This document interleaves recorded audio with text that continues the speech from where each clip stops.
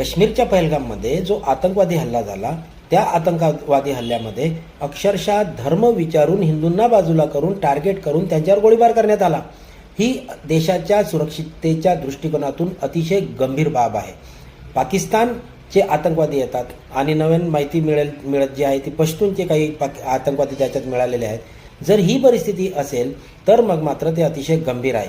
हिंदूंना टार्गेट केलं जात असेल तेही गंभीर आहे।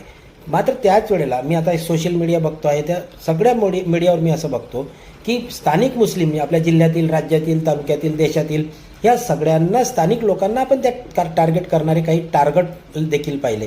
त्याला काय अर्थ आहे? यांनी तिथे हल्ला केला का? उलट इथल्या मुसलमानांनी, भारताच्या मुसलमानांनी पाकिस्तानच्या तोंडात शेण घातलेला आहे, त्यांचा निषेध करून त्यांचे पुतळे जाळून।